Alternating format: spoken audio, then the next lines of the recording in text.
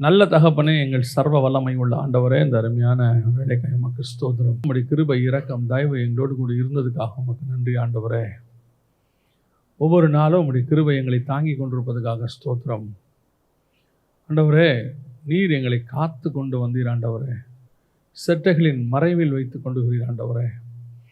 ஆண்டவரே, உமக்கு கொடுப்பதற்கும் அதிகாரம் உண்டு, எடுப்பதற்கும் அதிகாரம் உண்டு ஆண்டவரே. நீர் எங்களுக்கு கொடுத்த எல்லா காரியங்களுக்காக உமக்கு ஸ்தோத்திரம். எடுத்த காரியங்களுக்காகவும் உமக்கு நன்றி ஆண்டவரே. தேவனாகிய கர்த்தர் நடத்தி கொண்டு வந்த பாதைகள் ஒவ்வொன்றிலும் நாங்கள் நன்மையான ஈவுகளை மட்டும் பார்த்திருக்கிறோம் ஆண்டவரே. ஆண்டவரே, உங்களுடைய கரம் இனிமேலும் எங்களை நடத்த வேண்டுமாய் நாங்கள் செபிக்கிறோம். மகிமை உள்ள கரத்தில் எங்களை தாழ்த்துகிறோம். வழி நடத்தும், ஆசீர்வதியும். நீர் மாத்திரம் மகிமைப்படும். எங்கள் ஆண்டவர் இயேசுவின் நாமத்தில் பிதாவே. அல்லேலூயா. 1 சாமுவேலின் புஸ்தகம் 20ஆம் அதிகாரம் 13வது வசனம். கர்த்தர் என் தகப்பனோடு இருந்தது போல் உம்மோடும் இருப்பாராக. இது யோனத்தான் தாவீதை பார்த்து சொல்லுகிறதான ஒரு வார்த்தை. பார்க்கிறதுக்கு இந்த வார்த்தை சாதாரணமாக இருந்தாலும் யோனத்தான் சொல்லும் பொழுது அதில் ஒரு மிக முக்கியமான ஒரு tense, past tense, present tense சொல்கிற மாதிரி ஒரு டென்ஸ் இருக்குது. என்ன இருக்குது அப்படின்னு பார்த்தீங்கன்னா, கர்த்தர் என் தகப்பனோடு கூட இருந்தது போல். இன்னும் சவுல் ராஜாவாக தான் இருக்கிறார். இன்னும் ராஜ்யபாரம் முடிவுக்கு வரவில்லை. சவுல் ராஜாவாக தான் இருக்கிறார். ஆனால் யோனத்தான் சொல்லும்போது சொல்கிற வார்த்தை என்னென்னா, கர்த்தர் என் தகப்பனோடு கூட இருக்கிறது போல் அல்ல, இருந்தது போல். அப்படின்னா என்ன அர்த்தம்னா, கர்த்தர் சவுலோடு கூட இருந்தார், இப்பொழுது இல்லைன்னு அர்த்தம். கர்த்தர் சவுலோடு கூட இருந்த ஒரு காரியத்தை நீங்கள் பார்ப்பீர்கள் என்று சொன்னால், கர்த்தர் தான் சவுலை அபிஷேகம் பண்ணுகிறார். சவுலுக்கு ராஜாவாக, சவுலுக்கு ஒத்த ஒரு மனுஷன் அன்னைக்கு சமஸ்த இஸ்ரவேலிலுமே கிடையாது. ஆண்டவர் 2 முறை சொல்கிறாரு, சவுலை போல உயரமானவன் ஒருவனும் அங்கே இல்லை. ஜெய்ஜாண்டிக்காக ஒருத்தனை கொண்டாந்து நிறுத்துகிறார் ஆண்டவர். அந்த மாதிரி ஒரு ராஜாவை நம்ம பார்க்க முடியாது. அப்படி ஒரு ஆள். ஆனால் அவனோடு கூட இருந்த தேவன், இருக்கிற தேவன் அல்ல, இருந்த தேவன் அவனை விட்டு விலகி போனார். அப்படியானால் கர்த்தர் ராஜ்யபாரத்தை கொடுக்கறதுக்கும் சரி, அபிஷேகம் பண்ணுகிறதுக்கும் சரி, நம்மளோடு கூட இருக்கிறதும் சரி. ஆனால் அவரை நம்மோடு கூட தக்க வைத்துக் கொள்வது தான் ரொம்ப முக்கியம். நம்ம விட்டு போயிட்டாருன்னா அது இன்னும் ரொம்ப கொடுமையான ஒரு விஷயம் என்னென்னா, அந்த ஆல்டர்னேட்டிவ் உடனே மாறிடுச்சு. அந்த இடத்துல ஆல்டர்னேட்டிவ் ஒன்று ஆண்டவர் பக்கத்துலேயே வச்சுருக்கிறார். உம்மோடு இருப்பாராக. அப்படின்னா சவுலுக்கு ஆல்டர்னேட்டை இம்மிடியேட்டாக கர்த்தர் என்ன செஞ்சிட்டார், அங்கே மாற்றிட்டார். அப்படின்னா இந்த சவுல் தனக்கு கொடுக்கப்பட்டவைகளாய் மிக மேன்மையான காரியத்தை இழந்து போனான். யோசித்து பாருங்கள், இஸ்ரவேலுக்கு ஃபஸ்ட்டு கிங், முதலாவது ராஜா என்கிறதான ஒரு மேன்மை கர்த்தர் தேடி பிடிச்சி கொடுக்குறார். ஒரு ராஜாவை அவனுக்கு இஸ்ரவேலுக்கு கொடுக்குறார். அவன் கேட்டாங்கன்னு சொல்லி அவனை கொடுக்கும்போது தி பெஸ்ட்டாக தான் கொடுக்குறாரு. அவங்ககிட்ட நல்ல குணங்கள் நிறைய இருந்துச்சு. அவன் தன் தகப்பனுடைய கழுதையை தேடி போனான்னு இருக்குது. அன்றைக்கி கழுதைங்கிறது ரொம்ப இம்பார்ட்டண்ட். அன்றைக்கி உள்ளதுலே அவங்களுக்கு சொத்து, அவங்களுடைய காரியத்தை எதை வச்சு அளந்து பார்ப்பாங்கன்னா, இந்த எவ்வளோ கழுதை இருக்குதுன்றதான் ரொம்ப முக்கியம். அந்த மாதிரி அந்த ஒரு கழுதையை தேடும்போது கர்த்தர் நினைக்கிறார், ஒரு கழுதையை இப்படி தேடுகிறான் என்று சொன்னால் என் ஜனங்களை அவன் எப்படி தேடுவான், எப்படி பார்த்துக்கொள்வான். சவுலும் அப்படிப்பட்டவன் தான். இஸ்ரவேலுக்கு ஒன்று வரும்பொழுது ஒரு பெலிஸ்தர்கள் வருகிறான் என்று கேள்விப்பட்ட உடனே அவனுக்கு உடனே கோபம் வருகிறது. அவன் என்ன செய்கிறான், நாகாஸ் அப்படிங்கிறவங்க வராங்க. வந்த உடனே அவனுக்கு ஒரு கோபம் வருகிறது. அவன் சொல்கிறான், நான் இந்த நாகாஸுக்கு எதிராக நான் சென்று அவர்களை கொன்று இந்த காரியத்தை இன்றைக்கி ஆண்டவர் எனக்கு வாய்க்க பண்ணுவார் என்று சொல்லி அவன் செய்கிறான். அற்புதமாய் ஒரு வைராக்கியம் வருகிறது. கர்த்தருடைய ஆவி அவன் மேல் வந்ததுனால அப்படின்னு வசனம் சொல்லுது. 1 சாமுவேல் புஸ்தகம் 11ஆம் அதிகாரம் 6வது வசனம். சவுல் இந்த செய்தியை கேட்டவுடனே தேவனுடைய ஆவி அவன் மேல் இறங்கினதினால் அவன் மிகவும் கோபம் உண்டவனாகி. நல்லா பாருங்க, வசனம் சொல்லுது, அவனுக்கு ஒரு வைராக்கியம் வருது, ஒரு கோபம். என் ஜனங்களாக இஸ்ரவேலுக்கு விரோதமாக இப்படி வந்து அவன் பேசிட்டானே அப்படின்னு சொல்லி அவன் பார்த்தீங்கன்னா ஒரு இராணுவத்தையே உருவாக்குறான். அவன் தான் ஃபஸ்ட்டு இராணுவத்தை உருவாக்குறவன். இன்னும் சொல்ல போனால் அவன் காலத்தில் தான் லா எழுதப்படுது, எல்லாமே செய்கிறாங்க. ரொம்ப அற்புதமான ஒரு ராஜா தான் அவன். ஆனால் அவன் மேல் இருந்த அபிஷேகமானது ஒரு சில காரணங்களால் அவனை விட்டு போச்சு. இன்னும் கொஞ்சம் டீப்பாக வாசித்த போது ஒரு காரியத்தை அங்கே பார்க்க முடிஞ்சுச்சு. 1 சாமுவேல் புஸ்தகம் 10ஆம் அதிகாரம் 11வது வசனம்.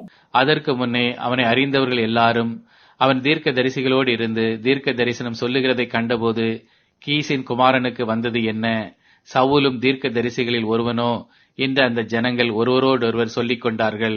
இவன் மேலே ஒரு தீர்க்க தரிசனத்தின் அபிஷேகம் வந்துருச்சு. இது பார்க்குறதுக்கு சாதாரணமாக இருக்கும். நல்லா கவனிச்சு பாருங்கள். இவனை ராஜாவாக அபிஷேகம் பண்ணுறாரு. இவனுக்குள்ளே என்ன ஆவி வருது? தீர்க்க தரிசனத்தின் ஆவியும் வருது. தீர்க்க தரிசனத்தின் ஆவி யாருக்கு வரணும்? நியாயமாக ஆசாரியனுக்கு வரணும், சாமுவேலுக்கு வரணும். சாமுவேல் தீர்க்கதரிசி, நம்ம எல்லாருக்கும் தெரியும். இப்போது சவுலும் என்னவாய் மாறுகிறான்? தீர்க்கதரிசிகள் ஒருவராக எண்ணப்பட்டான்.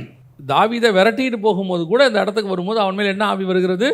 தீர்க்க தரிசனத்தின் ஆவி வருகிறது. அப்படின்னா சவுலுக்கு கர்த்தர் கொடுத்திருந்த மேன்மை என்ன அப்படின்னு பார்த்தீங்கன்னா, அவன் வெறும் ராஜாவாக அழைக்கப்படவில்லை, ராஜாவாகவும் ஆசாரியனாகவும் அழைக்கப்பட்டதுக்கான ஒரு அடையாளம் அவனுக்குள்ளே காணப்பட்டது. மேன்மை, அவ்வளவு மேன்மை. மெல்கிசேதேக்கின் முறைமையினுடைய மிக முக்கியமான ஒரு காரியம் அவங்ககிட்ட கொடுக்கப்படுது. ஆனால் எல்லாவற்றையும் அவன் இழந்து போனான். அத்தனையும் இழந்து போனான். அதான் வசனம் சொல்லுது, என் தகப்பனோடு கூட இருந்தது போல். அப்போ நம்ம பல நேரங்களில் கர்த்தர் எனக்கு ஒரு ஊழியத்தை கொடுத்துட்டாரு, இல்லை கர்த்தர் எனக்கு ஒரு ஆசீர்வாதத்தை கொடுத்துட்டாரு, கர்த்தர் எனக்கு ஒரு மேன்மையை கொடுத்துட்டாரு அப்படின்னு சொல்லிட்டு அந்த மேன்மையோ ஆசீர்வாதமோ அந்த காரியத்தை வைத்துக்கொண்டு அசட்டையாக இருப்போமானால், அல்லது அதற்குரிய தகுதியோடு கூட நடந்து கொள்ள வேண்டும். கர்த்தர் ஒரு இடத்துல ஒரு காரியத்தை உங்கள் கையில் கொடுக்குறாருன்னா அந்த பொறுப்புக்கு நீங்கள் தகுதி உள்ளவர்களாக இருக்கணும். ஆண்டவர் என்னை வச்சுட்டாருன்றதுக்காக நீங்கள் அசட்டையாக இருந்தீங்கன்னா அது ஒரு நாள் உங்களை விட்டு போகும். எதுக்கு ஆண்டவர் உங்களை அங்கே வைக்கிறாரு, என்ன நோக்கத்துக்கு அந்த இடத்துக்கு கொண்டு வந்து வைக்கிறாருங்கிறத நீங்கள் பார்க்கணும். பல நேரங்களில் நம்ம அந்த மிஸ்டேக் தான் செய்கிறோம். ஒரு இடத்துக்கு வந்த உடனே நமக்கு என்ன தோணும் தெரியுமா? அப்பாடா நம்ம வந்துட்டோம் அப்படின்னு தோணும். ஆண்டவர் சொல்கிறாரு, நீ வந்துட்டோன்றது ஃபினிஷிங் இல்லை, உன்னை கொண்டு வந்திருக்கிறேன், இனிமேல் தான் கொண்டு வந்ததுக்கான வேலை ஸ்டார்ட் ஆகும். நீ அந்த ஸ்டார்டிங்கில் நடந்த காரியத்துக்கே சாட்டிஸ்ஃபைட் ஆகிட்டீன்னா அடுத்து செய்ய போகிற காரியத்துக்கு என்ன செய்ய முடியாது? ஆயத்தமாக முடியாது. இப்போ சவுல் ராஜாவான உடனே நான் இஸ்ரவேலுக்கு ராஜாவாகி விட்டேன் அப்படி இல்லை, இப்போ தான் ராஜா ஊழியம் தொடங்குது. இதுக்கப்புறம் தான் நம்ம இஸ்ரவேலை காப்பாற்றணும், இஸ்ரவேலுக்கு தேவையான காரியங்களை செய்யணும், எல்லா காரியங்களும். இது எப்போ இந்த அசட்டை வருகிறதோ அப்பொழுது அது உங்களை விட்டு எடுக்கப்பட்டு போகும். உங்களோடு கூட இருந்த கர்த்தராக மாறிடுவார். பல நேரங்களிலே அதுதான் நடக்குது. ஒரு இடத்துல ஆண்டவர் உங்களை வச்சுட்டு இன்னொரு இடத்துக்கு உங்களை மாற்றுற வரைக்கும் அந்த இடத்தில் உங்களை கொண்டு செய்ய வேண்டிய காரியத்தை கர்த்தர் செய்து முடிக்கணும். அது வரைக்கும் you want to be there. அப்போ அந்த பொறுப்பை நீங்கள் பத்திரமாய் பார்த்துக்கணும். அந்த இடத்துல பாதியிலேயே உங்கள் வேலை போயிடக்கூடாது, அல்லது பாதியிலே உங்களுடைய வேலையை ஆண்டவரை உங்களை தள்ளி விட்டுறக்கூடாது. சில நேரங்களில் நீங்கள் பல நேரத்தில் பாருங்கள், ஒருத்தரை கூப்பிட்டு செய்ய சொல்லுவாங்க, அவன் ஒரு 2 நிமிஷம் தான் வேலை செய்வான். அதுக்குள்ளே இருக்கிற சூப்பர்வைசர் சொல்லுவார், நீ போடா நீ அப்படின்றவார், போயிட்டு அவனை அனுப்பு அப்படிம்பார். என்ன காரணம் அப்படின்னா, கொடுக்கப்பட்ட வேலையில் அவன் அசதியாகவோ அல்லது அவர் எதிர்பார்த்ததை செய்யாவிட்டாலோ கர்த்தர் அந்த இடத்திலிருந்து அவனை ரிமூவ் பண்ணி விடுகிறார். நாமளே அதை தான் செய்கிறோம். பல நேரங்களில் நம்ம அதை தான் செய்கிறோம். நம்ம எக்ஸ்பெக்ட் பண்ணக்கூடியது என்ன? எதுக்கு கொண்டு வந்து என்னை வச்சோம், அதை நான் உன்னை கொண்டு செய்ய விரும்புகிறேன்.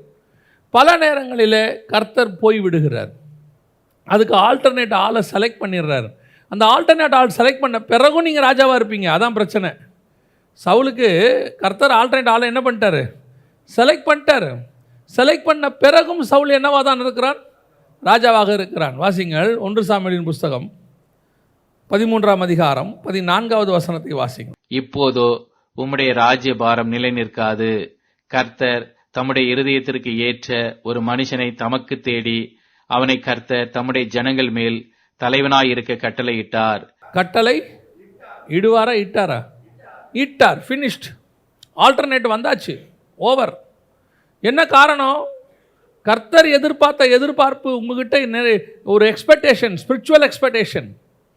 ராஜாவாகவும் தீர்க்கதரிசியாகவும் அபிஷேகம் பண்ணப்பட்டவன். எவ்வளோ பெரிய மேன்மை பாருங்க. அப்பேற்பட்ட மேன்மை உடையவன் ரொம்ப சர்வசாதாரணமாக ராஜ்யபாரத்தின் 2வது வருஷத்தில் அது எழுந்துட்டான். அந்த வசனம் சொல்லுது, சவுல் ராஜ்யபாரம் பண்ணி 1 வருஷம் ஆயிற்று. அவன் இஸ்ரவேலில் 2ஆம் வருஷம் அரசாண்ட போது நடந்த சம்பவம். அதுக்கப்புறம் 38 வருஷம் ராஜாவாக இருக்கிறான். அவனுடைய அழைப்பு போயிருச்சு. கர்த்தர் அவனை விட்டு போய்விட்டார். ஆனால் இருக்கிறான்னு நினச்சிக்கிட்டே இருக்கிறான். இதுதான் இன்றைக்கி உங்கள் ஆவிக்குரிய வாழ்க்கையில் இருக்கிற பிரச்சனை. ஸ்பிரிச்சுவலி ஊழியத்தில் இருக்கிற நிறைய பேருக்கு இதுதான் பிரச்சனை. ஊழியம் தொடங்கியாச்சு, ஆவிக்குரிய வாழ்க்கை தொடங்கியாச்சு. ஆனால் நாம் செய்கிற காரியங்களை கர்த்தர் பார்த்துக்கிட்டே இருக்கிறார். நான் என்ன நோக்கத்துக்கு உன்னை கூட்டிகிட்டு வந்தேன், என்ன நோக்கத்துக்காக உன்னை அபிஷேகம் பண்ணேன், என்ன நோக்கத்துக்காக உன்னை வேறு பிரித்தேன், அந்த நோக்கத்தை நாம் நிறைவேற்றுகிறோமா, அல்லது அதில் சஸ்டைன் பண்ணுறோமா, இன்னும் நிற்கிறோமா அதில், அல்லது அதை விட்டு விட்டு போய்விட்டோமா? அதுதான் கர்த்தர் எக்ஸ்பெக்டேஷன். அப்படி செய்யும் பொழுது, நாம் அதை விட்டு விலகும்போது கர்த்தர் நம்மை விட்டு விலகி விடுகிறார். அதான் பிரச்சனை. இப்போ சவுலை விட்டு விலகிட்டார். இப்போ பார்த்தீங்கன்னா சவுலுக்கு இந்த விஷயமே தெரில. எனக்கு இந்த அதிகாரத்தை படிச்சுட்டே வரும்போது ரொம்ப ஆச்சரியப்பட்ட ஒரு விஷயம் என்னென்னா, கர்த்தர் சவுலை விட்டு விலகின உடனே அந்த வசனம் சொல்லுது 16-14, கர்த்தருடைய ஆவி சவுலை விட்டு நீங்கினார், கர்த்தரால் வரவிடப்பட்ட ஒரு பொல்லாத ஆவி அவளை கலங்க பண்ணி கொண்டிருந்தது. எப்போ கர்த்தருடைய ஆவியானவர் போயிட்டாரோ ஒரு பொல்லாத ஆவி வந்துடும். இதில் என்ன பிரச்சனை? பொல்லாத ஆவி வந்துச்சு, சவுல் யுத்தத்துக்கு போய் ஜெயிச்சான். பொல்லாத ஆவி வந்துச்சு, சவுல் ராஜ்யபாரம் பண்ணிக்கிட்டு இருக்கிறான். பொல்லாத ஆவி வந்துருச்சு, ஒரு இடத்துல சவுல் அதுக்கப்புறம் தீர்க்க தரிசனம் உரைக்கிறான். அப்போ இந்த பொல்லாத ஆவி இருந்ததுக்கும் கர்த்தருடைய ஆவி இருந்ததுக்கும் என்ன டிஃபரன்ஸ்? கர்த்தருடைய ஆவியானவர் சவுலின் மேல் இருந்தார், அப்போ அவன் ராஜ்ய போய் சண்டை போட்டான், ஜெயிச்சான். கர்த்தருடைய ஆவியானவர் சவுலின் மேல் இருந்தார், ராஜ்யபாரம் பண்ணி கொண்டிருந்தான், அவன் போய் தீர்க்க தரிசனம் உரைத்தான். சரி, ஆவியானவர் போயிட்டாரு, கர்த்தருடைய ஆவி போயிடுச்சு, இப்போவும் யுத்தம் பண்ணுறான், ஜெயிக்கிறான், இப்போவும் ராஜ்யபாரத்தில் உட்காந்துட்டு இருக்கிறான். இப்போவும் ஒரு இடத்துக்கு போகும்போது திடீர்னு தீர்க்க தரிசனம் சொல்லிட்டான், நாமாவுக்கு போகும்போது அவன் தீர்க்க தரிசனம் சொல்லிட்டான். அதைத்தான் மிக மிக ஆபத்தான சிச்சுவேஷன். கர்த்தருடைய ஆவியானவர் போன பிறகும் எல்லாமே இமிடியேட்டாக சேஞ்ச் ஆகிடும்னு அர்த்தம் இல்லை. அப்படி ஒரு சேஞ்ச் வருதுன்னா உங்களுக்கு தெரிகிற அளவுக்கு உங்கள் ஸ்பிரிச்சுவல் லைஃப் இருந்தால் நல்லது. சில நேரத்தில் நீங்கள் நல்லா தேவனிட்டு ஜெபம் பண்ணிகிட்டே இருக்கும்போது ஒரே ஒரு நாள் நீங்கள் ஜெபிக்காவிட்டால் உங்களுக்கு ஒரு டிஃப்ரென்ஸ் தெரியும். ஆரம்பத்தில் அந்த ஃபஸ்ட்டு டே தெரியும், ரெண்டாவது நாள் நீங்கள் போகும்போது ஏதோ நீங்கள் இப்போ நீங்கள் பாருங்களேன், 2 வேளை சாப்பிட்லன்னு ஆட்டோமேட்டிக்காக உங்கள் பாடி என்னவாகும்? அப்படியே சோர்ந்து போக தொடங்கும். அப்படியே 3வது வேலை சொல்லும்போது நல்லா என்னவாகும்? சோர்ந்து போக தொடங்கிடும். இப்போ நீங்கள் டெய்லி காலையில் சாப்பிடாமையே பழக்கம் ஆகிட்டீங்கன்னு வச்சுங்க, உங்கள் உடம்பு என்ன ஆகாது? சோர்வாகாது. நீங்கள் என்ன சொல்வீங்கன்னா, காலையில் சாப்பிடாமல் இருக்கிறது எனக்கு பழக்கம்தான். அந்த முதல் நாள் ஒரு பசி வரும், முதல் நாள் ஒரு சிம்டம் கிடைக்கும். அதே மாதிரி ஸ்பிரிச்சுவலியும் கிடைக்கும். உங்கள் ஸ்பிரிட்டில் நீங்கள் ஜெபிக்காவிட்டால், வேதம் வாசிக்காவிட்டால், அது கர்த்தருடைய ப்ரெசன்ஸ் உங்களை விட்டு கொஞ்சம் விலகும் போது நீங்கள் கண்டிப்பாக ஒன்று ஃபீல் பண்ணுவீங்க, ஐயோ இது ஏதோ ஒன்று நம்மளை விட்டு விலகுதேன்னு. அதை நீங்கள் கேஷுவலாக எடுக்க தொடங்கிட்டீங்கன்னா அதுக்கப்புறம் அது உங்களுக்கு பழக்கமாக மாறும். அது எவ்வளோ இருக்குன்னா ஒரு மைன்யூட் அளவு தான் இருக்கும், ஒரு சின்ன அளவு தான் இருக்கும். ஆனால் அதை உணரக்கூடிய அளவில் நீங்கள் இருக்கணும் ஸ்பிரிட்டில். அது ஒரு சிலர் அதை பழக்கமாயிரும். அவன் ஆவிலையும் நிறைவான், இங்கே அசுத்தமான காரியத்தையும் செய்வான், ஆவிலையும் நிறைவான், கோவத்திலையும் நிறைவான், ஆவிலையும் நிறைவான், சண்டையும் போடுவான். இப்போ இவனுக்கு ஆவியில் நிறையும் போது நாம் சண்டை போட்டமேங்கிற உணர்வு வந்துச்சுன்னா, நான் கோவப்பட்டனே, ஐயோ நான் இந்த மாதிரி செஞ்சிட்டேனேன்னு உணர்வு வந்துருச்சுன்னா கர்த்தருடைய ஆவி உணர்த்துறாருன்னு அர்த்தம். இவனுக்கு இங்கேயும் பண்ணுறது சரியாக இருக்கும், இங்கே பண்ணுறதும் சரியாக இருக்கும். தப்பு பண்ணுறதும் அவனுக்கு தப்பு பண்ணும்போது எப்படி இருக்கும்? சரியாக இருக்கும். நான் நியாயமாக தான் பண்ணுறேன், நான் பண்ணுறதுல ஒன்றும் தப்பு இல்லை அப்படின்னு தோணிடுச்சுன்னா இங்கே ஏதோ மிஸ்டேக். நல்லா கவனிச்சுக்கொள்ளுங்க, என் சுயநீதி வேறு, பைபிள் நீதி வேறு. பைபிள் நீதி தான் கரெக்ட், சுயநீதி டிஃப்ரென்ஸ் ஆகிட்டே இருக்கும், ஆளுக்கு ஏற்ற மாதிரி, இடத்துக்கு ஏற்ற மாதிரி, சுச்சுவேஷனுக்கு ஏற்ற மாதிரி. இன்றைக்கி இங்கே இதுதான் பிரச்சனையே. சுயநீதியும் இருக்குது, தேவநீதியும் இருக்குது. இவங்க தேவ சமூகத்துக்கு போகும்போது தேவநீதிக்கு வந்துடுறாங்க, தேவ சமூகத்தை விட்டு வெளியே வரும்போது சுயநீதிக்கு வந்துடுறாங்க. அந்த சுயநீதிக்குள்ளே இருந்து பார்க்கும்போது அவங்க பண்ணுறதெல்லாம் எப்படி இருக்கும்? சவுலுக்கு அதான் இப்போ பிரச்சனை. அவனுக்கு சுயநீதியில் இருக்கிறான், அவன் பண்ணுறது அவனுக்கு என்னவன்னு தெரில. எப்போ தேவ ஆவி வருதோ அப்போ அவனுக்கு தப்புன்னு தெரியுது. அவனே தாவீதுகிட்ட போய் என்ன செய்கிறான்? மன்னிப்பு கேட்குறான், திருப்பி அவனை துரத்துறான். இதுதான் கர்த்தருடைய ஆவி இருந்ததுக்கும் போனதுக்கும் வித்தியாசம். உம்மோடு இருந்தது போல ஆவியானவர் இருந்தார், அவன் மேலே போயாச்சு. சவுலுக்கு என்ன வந்துருச்சு? பொல்லாத ஆவி வந்துருச்சு. இன்றைக்கி நாம் கர்த்தர் நம்மோடு கூட இருக்கிறாரா? கொடுக்கப்பட்டதான அந்த மேன்மையோ அழைப்போ ஊழியமோ நான் கர்த்தருக்குள் இருந்து செய்கிறேன்னா, கர்த்தர் என் கூட இருந்து நான் செய்கிறேனாங்கிறதா முக்கியம். ஊழியத்தை தொடர்ந்து செஞ்சுக்கிட்டே இருக்கிறேன். இன்னும் கூட நான் சொல்லுவேன், நீங்கள் ஊழியத்தை தேவ ஆவியானவர் போன பிறகு எல்லாமே உங்களை விட்டு போயிடும் நீங்கள் என்ன செய்ய முடியாது, நினைக்க முடியாது. முன்னாடி இருந்ததை விட ஊழியம் இன்னும் கொஞ்சம் டெவலப் கூட ஆகும். சில நேரத்தில் நீங்கள் என்ன தெரியுமா நினச்சிப்பீங்க, ஆண்டவர் இல்லாட்டி இது எப்படி நடக்கும்? நடக்குது இல்லை, நம்ம கேட்டதெல்லாம் நடக்குது, நான் நினச்சது நடக்குது, அப்போ ஆண்டவர் இல்லாட்டி இதெல்லாம் எப்படி நடக்கும் அப்படின்னு சொல்லி நடக்கிற காரியத்தை வச்சுக்கிட்டு நம்ம என்ன செஞ்சுருவோம், நம்மக்கிட்ட இருக்கிற தப்பை பற்றி கவலையே படமாட்டோம். என்னுடைய பாட்டை 50 லட்சம் பேர் பார்க்குறான், 20 லட்சம் பேர் பார்க்குறான், 10 லட்சம் பேர் பார்க்குறான், ஆனால் அந்த பார்க்குறவனுடைய க்ரௌடை வச்சுக்கிட்டு நான் கரெக்டாக இருக்கிறேன்னு அர்த்தமே இல்லை. 5.5 லட்சம் புருஷருக்கு மேலே வந்தாங்க, எத்தனையோ பெண்கள் வந்தாங்க, எல்லாரும் வந்தாங்க. மோசே கண்மலையை அடிச்சிட்டாரு, ஊழியம் சக்ஸஸ். அத்தனை பேர் தண்ணி குடிச்சாச்சு, ஆடு மாடு வரைக்கும் தண்ணி குடிச்சிருச்சு. கர்த்தர் அது வரைக்கும் எப்படி இருந்தார்? பொறுமையாக இருக்கிறார். தண்ணி வர வரைக்கும், குடிச்சு முடிக்கிற வரைக்கும் எல்லாம் பொறுமையாக இருக்கிறார். எல்லாம் முடித்து ஊழியம் ஃபினிஷ் ஆகிட்டு மோசே போய் உட்கார்றாரு. ஆண்டவர் சொல்கிறாரு, நீ கானானுக்கு போக மாட்டே, நீ ஜனங்களுக்கு முன்பாக என்னை பரிசுத்த குலைச்சலாக்கிறீர்கள். இதுதான் இன்றைக்கி நடந்துட்டுருக்குது. சவுலுக்கும் அதுதான் பிரச்சனை. நடக்கிற ஊழியம், நடக்கிற காரியம், நான் நினைக்கிறதெல்லாம் நடக்குது, எல்லாம் பக்காவாக இருக்குன்றதுனால நான் கரெக்டாக இருக்கிறேன்னு அர்த்தம் இல்லை. நான் என்னோடு கூட கர்த்தர் இருக்கிறாரா என்பதை சுய பரிசோதனை பண்ணி கொண்டே இருக்கணும். இல்லைன்னா எனக்கு ஒரு ஆல்டர்னேட் என் பக்கத்திலே இருக்குதுன்னு அர்த்தம். கர்த்தர் இப்போது ஆல்டர்னேட்டை பக்கத்தில் வச்சுக்கிட்டு தான் பேசுவார் எப்போவுமே. பல நேரங்களிலே அழைப்பு எங்கே மாறுதுன்றதுக்காக சொல்கிறேன். உங்களுக்கு வச்சுருக்கிற ஆசீர்வாதம் எப்படி பக்கத்தில் போகுது? உங்களுக்கு தான் ஆண்டவர் வச்சுருக்கிறார், அது யாருக்கும் வைக்கலை. முயற்சி பண்ணி பார்க்குறாரு, சாமுவேலை விட்டு சொல்லி பார்க்குறாரு, யோனத்தானை விட்டு சொல்லி பார்க்குறாரு. சாமுவேலை வச்சு சொன்னபோது இவன் என்ன சொல்லிட்டான், சாமுவேலே ஏமாத்துற மாதிரி பேசிட்டான். ஓ, என்னை மன்னிச்சிருங்க, எல்லாம் ஓகே. நிறைய பேர் ஊழியக்காரனை வச்சு ஆண்டவர் உணர்த்துவார். உணர்த்தும் போது அவங்களுக்கு என்ன செய்யாது, ஊழியக்காரனை எடுத்து பேசுகிறதுக்கு தைரியம் வராது. உடனே என்ன பண்ணிடுவாங்க தெரியுமா, ஓகே பாஸ்டர், நீங்கள் சொல்கிறது தான் பாஸ்டர், நீங்கள் சொல்கிறபடி செஞ்சுருவோம் பாஸ்டர், எல்லாம் ஓகே ஓகே ஓகே. மாறமாட்டான், மாற்றம் வரவே வராது. அவன் வெளியே பாஸ்டருக்காக மாறுவான், எல்லா ஜனங்களுக்காக மாறுவாங்க. அப்புறம் ஆண்டவர் பார்ப்பார், இது ஊழியக்காரங்கிட்ட வேஷம் போட ஆரம்பிச்சிட்டாங்க. ஸோ இவன் ஊழியக்காரன் சொல்லி என்ன செய்ய மாட்டாங்க, கேட்க மாட்டாங்க. அடுத்து யார் அனுப்புகிறாரு, யோனத்தான் அனுப்புகிறாரு. அவங்க கேட்குறான், தாவீது என்னப்பா தப்பு பண்ணா, ஏன் அவனை இப்படி செய்கிறீங்க? உட்காந்து கேட்கும்போது இப்போ தாவீதுக்கிட்ட தான், அந்த யோனத்தானுக்கிட்ட அவனுடைய உண்மையான முகம் என்னவாகுது, வெளிப்படுது. ஆர்கியூ பண்ணுறான். உனக்கு என்ன தெரியும் தாவீதை பற்றி, நீ நாளைக்கு உனக்கே அகைன்ஸ்டாக வந்து தாவீது நிற்பான், உனக்கு தெரியுமா, அவன் ராஜ்யபாரம் நிற்காது, அப்படி இப்படி வெறி கொண்டு ஆகிறான். இப்போ பார்த்தார் ஆண்டவர், ஸ்பிரிச்சுவலாகவும் சொல்லியாச்சு, ஃபிசிக்கலாகவும் சொல்லியாச்சு, ரெண்டுத்துக்கும் என்ன செய்யலை, கேட்கலை. ஆனால் இப்போவும் யார் தான் ராஜா, சவுல் தான் ராஜா.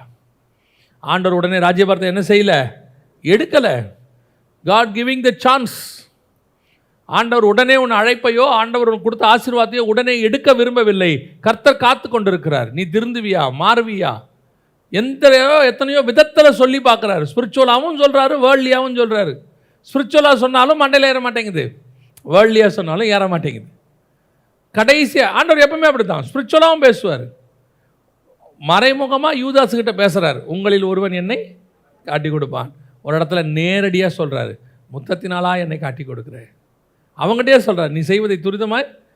மறைமுகமும் சொல்லியாச்சு, நேரடியாகவும் சொல்லியாச்சு. ஆனால் கேட்குற மனப்பக்குவம் இல்லை. இன்றைக்கி ஒரு பெரிய கூட்டம் அப்படி உட்காந்துருக்குது. இப்போது உங்களோடு இருந்த கர்த்தர் உங்கள் கூடவே இருக்கணும்னு நீங்கள் நினைச்சிங்கன்னா நீங்கள் மாற வேண்டியது அவசியம். நான் எப்பவும் சொல்லுவேன், எனக்கு ஆண்டவர் சொல்லி கொடுத்ததை நான் சொல்லுவேன், இந்த சுயநீதியில் நம்ம எப்போவுமே நம்ம பண்ணுறது எல்லாமே கரெக்டாக தான் இருக்கும். நாம் அந்த இடத்துல பண்ணுறது கரெக்டாக தான் இருக்கும். அவங்க பண்ணதுக்கு தான் நம்ம ரியாக்ட் பண்ணியிருப்போம். கர்த்தர் என்ன சொல்லுவார்னா, அவன் பண்ணதுக்கு நீ என்ன பண்ணாத, ரியாக்ட் பண்ணாத. ஏன்னா அவன் எதுக்கு பண்ணுறான்னு தெரியுமா, நீ ரியாக்ட் பண்ணுறதுக்காக தான் அவன் பண்ணுறானே. நீ ரியாக்ட் பண்ணுறதுக்கு தான் அவன் பண்ணுறான். நீங்கள் அப்படி பண்ணும்போது, ரியாக்ட் பண்ணும்போது கர்த்தருடைய அபிஷேகத்துக்கு விரோதமாய் போவீர்கள். அது மாம்சத்துக்கு சரியாக இருக்கும், ஆவிக்கு என்னவா இருக்காது, சரியாக இருக்காது. ஒரு நாள் நீங்கள் உங்கள் அபிஷேகத்தை இழந்து போவீர்கள். ஆண்டவர் சொன்னார், யாருக்கும் சரிசமாக நீ என்ன செய்யாத, பதில் சொல்லவே சொல்லாத. அவன் நீ பதில் சொல்கிறதுக்காக தான் சொல்கிறாங்க, பதில் சொல்லவே சொல்லாத, அமைதியாக இரு. உன் அபிஷேகம் ஒரு நாள் உன்னை காப்பாற்றும். உனக்கு விரோதமாய் பேசுகிறவர்களை நாவை கர்த்தர் குற்றப்படுத்துவார். உனக்கு விரோதமாய் உருவாக்குறவர்களுக்கு விரோதமாய் கர்த்தர் வருவார். அதெல்லாம் நடக்கும். அது வரைக்கும் நீ வெயிட் பண்ணு. இப்போ சவுலோடைய சிச்சுவேஷன் என்னவாயிருச்சு, அவன் ரியாக்ட் பண்ண ஆரம்பித்தான். அவன் அபிஷேகம் போய்விட்டது. அவனோடு இருந்த கர்த்தர் யாருக்கிட்ட போயிட்டார்? தாவீதுகிட்ட போயிட்டார். அப்படியே மாறிடுச்சு, நிமிஷத்தில் மாறிடுச்சு. சவுல் அங்கே யோனாத்தான்கிட்ட சண்டை போடுறான்.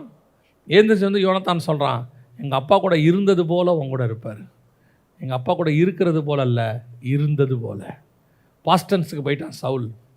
நம்ம எப்போவுமே நம்மக்கிட்ட கொடுத்துருக்கிற கர்த்தர் கொடுத்த வேலை, கர்த்தர் கொடுத்த அபிஷேகம், கர்த்தர் கொடுத்த ஊழியம், அதை தக்க வைக்கணும்.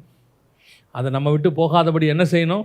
பாதுகாத்து கொள்ளணும். நம்மக்கிட்டன்னு நமக்கு ஆண்டவர் கொடுத்தது மேன்மை. அது சின்னதோ பெருசோ, சின்ன வேலையோ பெரிய வேலையோ, சின்ன ஊழியமோ பெரிய ஊழியமோ, நமக்கு தான் அது பாகுபாடு இருக்குது. கர்த்தர்கிட்ட நமக்கு என்னவே இல்லை, பாகுபாடே கிடையாது. அதான் எப்போவும் நான் உணர்றது என்னென்னா, ஒரு காருக்கு எவ்வளவு முக்கியம் ஸ்டேரிங்கு, சீட்டு, இன்ஜின் எவ்வளோ முக்கியமோ அவ்வளவு முக்கியம் வீலில் மாட்டிருக்கிற போல்ட்டு சின்னது தான், காருக்கு அவ்வளோ பெரிய ப்ராடக்ட்லாம் இருக்குது. அதனால் 4 போல்ட்டை போடாமல் விட்டு பாருங்கள், என்ன ஆகும்? கார் கவுந்துடும். அதே மாதிரி தான் நாம் சின்ன ஊழியம் சின்னதுன்னு நினைக்கிறோம், அது ரொம்ப இம்பார்ட்டண்ட்டாக கர்த்தர் வச்சுருப்பார், ரொம்ப இம்பார்ட்டண்ட்டாக வச்சுருப்பார். அதையும் தக்க வைக்க வேண்டியது நம்முடைய பொறுப்பு. இல்லைனா நம்மக்கிட்ட இருந்த கர்த்தர் நம்ம கூட இருக்கிறவங்ககிட்ட இருக்கிறது நீங்கள் பார்ப்பீர்கள். கொடுமையானது என்ன தெரியுமா?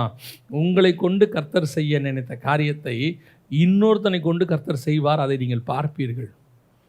அது ரொம்ப கஷ்டமாக இருக்கும். இது எனக்கு வச்சது, ஆனால் இப்போ யார் செய்கிறா? அவன் செஞ்சிட்ருக்கிறான். இது ரொம்ப கஷ்டமான ஒரு காரியம். அதை பார்க்கும்போது ரொம்ப பெயின்ஃபுல்லாக இருக்கும். இது என்னுடையது, ஆண்டவர் எனக்கு சொன்னது அப்படி நம்ம கண்ணுக்கு முன்னாடி நடக்கும். அது இன்னொருத்தனை வச்சு கர்த்தர் செஞ்சுக்கிட்டு இருப்பார். அப்போ ஆவியானவர் உணர்த்துவார், இது உனக்கு வச்ச ஆசீர்வாதம் தான், நீ இழந்ததுனால அவன் செஞ்சிட்ருக்கிறான். நாம் முதலாவது ஒன்று புரிந்து கொள்ள வேண்டும், நமக்கு கொடுக்கப்பட்டதை நாம் தக்க வைத்து கொள்ள வேண்டும். இல்லாவிட்டால் அதை ஏற்றுக்கொள்கிறவன் அல்லது அதுக்கு மாற்று நமக்கு பக்கத்திலேயே இருக்கு.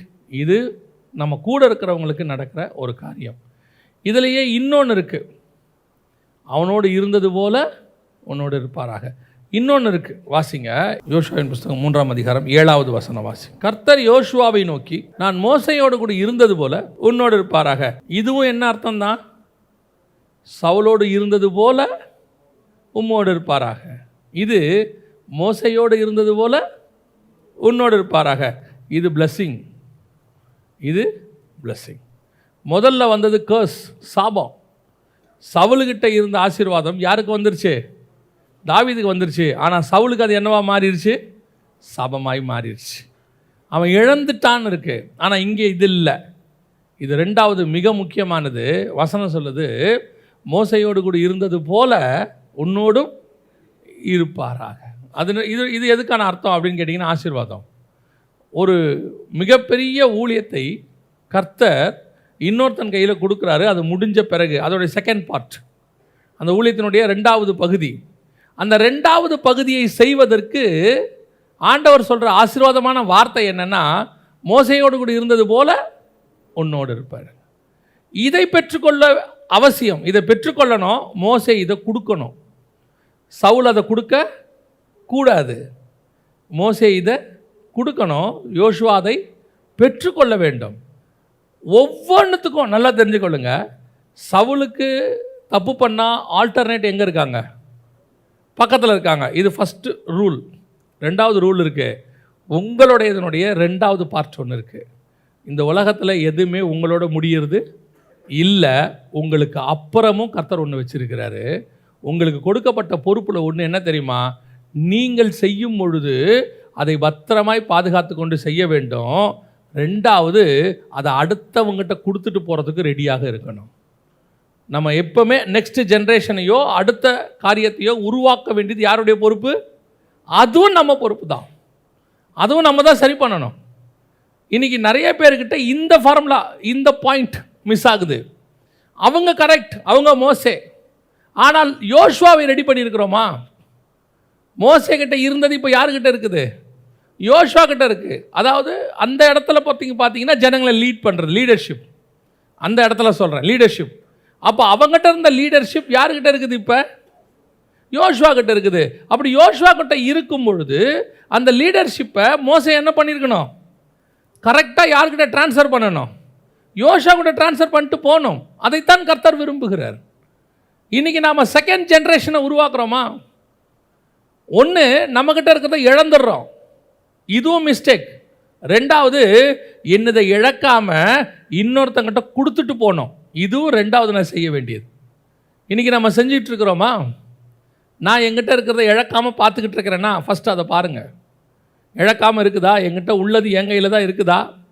ஆண்டவர் ஆரம்பத்தில் ஒன்று சொல்கிறாரு, அதை கேட்டுட்டு அதில் வரும்போது தொடர்ந்து அந்த காரியத்தை செய்யும் போது தான் அது தொடர்ந்து எங்கே இருக்கும்? நம்ம கையிலேயே இருக்கும். இல்லைன்னா அது என்ன ஆகிடும்? அப்படியே யார்ட்டையாவது கொடுத்துருவார். பேசி பேசி பார்த்துக்கிட்டே இருப்பார் ஆண்டவர்.